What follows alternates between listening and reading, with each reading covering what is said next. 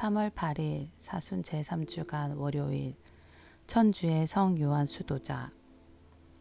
본기도. 주님 없이는 교회가 온전히 서 있을 수 없사오니 언제나 주님의 은총으로 교회를 이끄시고 무한하신 자비로 깨끗하게 하시어 저희를 보호하소서.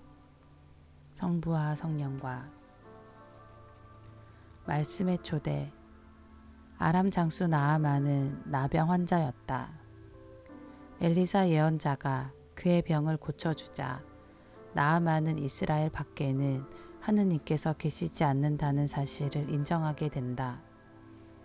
예수님께서는 어떠한 예언자도 고향에서 환영받지 못한다고 말씀하신다. 고향 사람들이 예언자를 거부하기 때문에 복음은 오히려 이방인들에게 전해진다. 제1독서. 이스라엘에는 나병 환자가 많이 있었지만 아무도 깨끗해지지 않고 시리아 사람 나아만만 깨끗해졌다.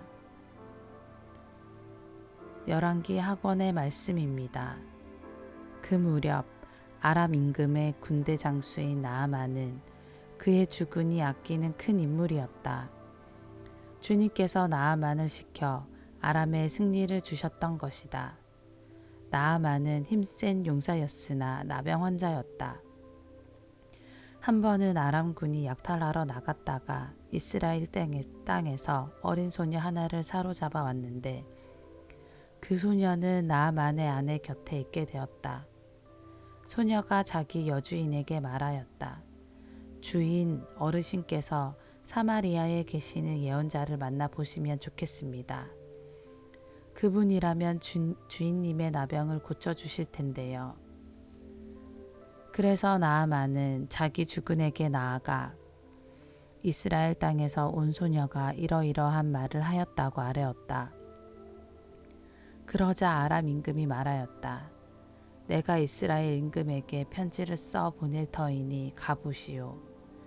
이리하여 나아만은 은 10탈렌트와 금 6천 세켈과 예복 10벌을 가지고 가서 이스라엘 임금에게 편지를 전하였다.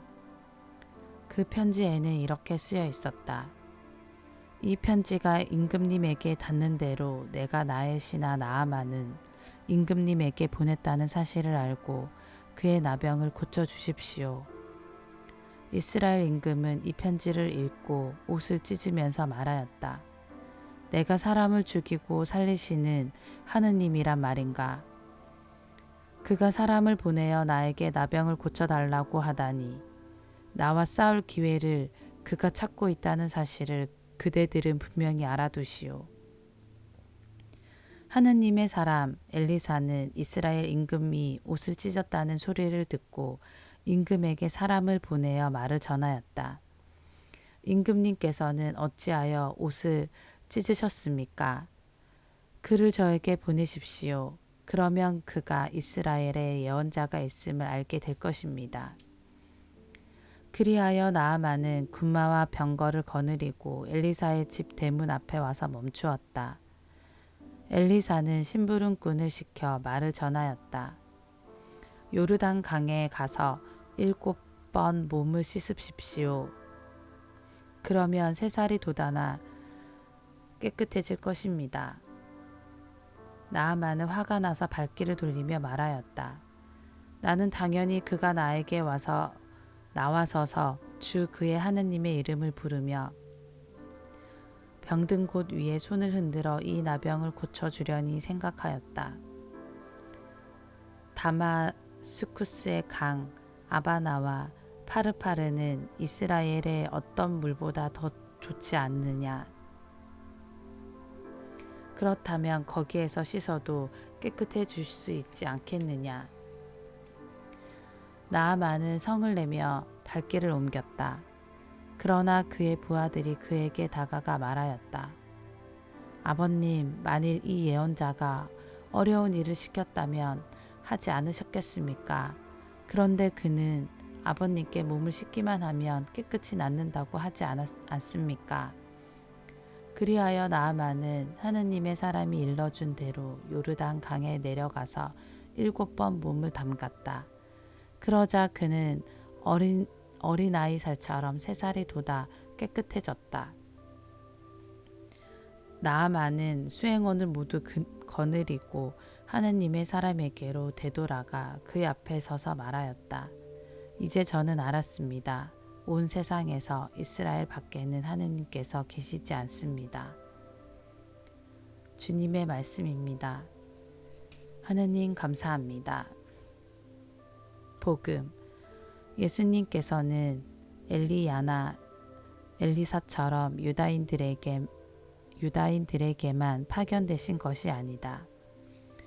루카가 전한 거룩한 복음입니다. 예수님께서는 나자렛으로 가시어 회당에 모여 있는 사람들에게 말씀하셨다. 내가 진실로 너희에게 말한다. 어떠한 예언자도 자기 고향에서는 환영을 받지 못한다. 내가 참으로 너희에게 말한다. 3년 6개월 동안 하늘이 닫혀온 땅에 큰 기근이 들었던 엘리야 때에 이스라엘에 과부가 많이 있었다. 그러나 엘리야는 그들 가운데 아무에게도 파견되지 않고 시돈 지방 사렙타의 과부에게만 파견되었다. 또 엘리사 예언자 시대에 이스라엘에는 나병 환자가 많이 있었다. 그러나 그들 가운데 아무도 깨끗해지지 않고 시리아 사람 나아만만 깨끗해졌다. 회당에 있던 모든 사람들은 이 말씀을 듣고 화가 잔뜩 났다. 그래서 그들은 들고 일어나 예수님을 고을 밖으로 내몰았다. 그 고을은 산 위에 지어져 있었는데 그들은 예수님을 그 벼랑 끝까지 끌고 가 거기에서 떨어뜨리려고 하였다. 그러나 예수님께서는 그들 한가운데를 가로질러 떠나가셨다. 주님의 말씀입니다. 그리스도님 찬미합니다. 오늘의 묵상. 같은 학교에서 10년이라는 시간을 함께 공부하고 생활한 친구들이 있습니다. 젊음의 열정을 함께 불태웠고 서로의 꿈을 응원해 주던 친구들입니다. 시간이 흘러 지금은 각각 각자의 자리에서 생활합니다. 화려한 대도시에서 바쁘게 생활하는 친구도 있고 한적하고 조용하지만 인심 좋고 가족 같은 공동체에서 생활하는 친구도 있습니다. 해외에서 활동하는 친구도 있고 기관에서 좀 더 어려운 사람들과 함께 생활하는 친구도 있습니다. 그 친구들과 오랜만에 한자리에 모였습니다. 저마다 삶의 자리에 대한 이야기꽃을 피웠습니다. 그런데 왜 이렇게 그들의 삶이 부러울까요? 그냥 너무 행복해서 투정하는 소리같이 들립니다. 나는 왜 여기에 있을까? 내가 그들보다 못한 것이 무엇일까? 왠지 모를 자괴감이 듭니다. 내 자리에 대한 불평과 불만이 늘어납니다. 나를 이곳에 보낸 사람이 원망스럽습니다. 누군가와 비교하기 시작하면 불평과 불만, 원망과 짜증이 늘어납니다. 그래서 시기와 질투라는 악의 씨앗이 마음 한가운데 자리를 잡습니다. 그 악의 씨앗은 우리의 눈과 마음을 어둡게 합니다. 아무것도 볼 수 없도록 주위 사람들의 고마움을 가려버립니다. 내가 받아 누리고 있고 다른 사람들에게는 없는 것을 잊게 만들어 버립니다. 오늘 복음의 나자렛 사람들 마음에도 악마의 씨앗이 자리를 잡고 싹을 틔웁니다. 예수님과 자신을 비교하면서 삶에 대한 불평과 불만이 늘어났고 그로 말미암아 예수님을 시기하고 질투합니다. 이제 그들은 악마에게 마음을 빼앗겨 예수님뿐 아니라 자신들까지도 죽음의 벼랑 끝으로 내몰아 버립니다. 어둠이 그들을 뒤덮여 버립니다. 악은 어둠처럼 조용히 찾아옵니다. 그 세력은 빠르게 마음을 잠식해 갑니다. 어둠을 없애는 방법은 빛을 밝히는 것뿐입니다.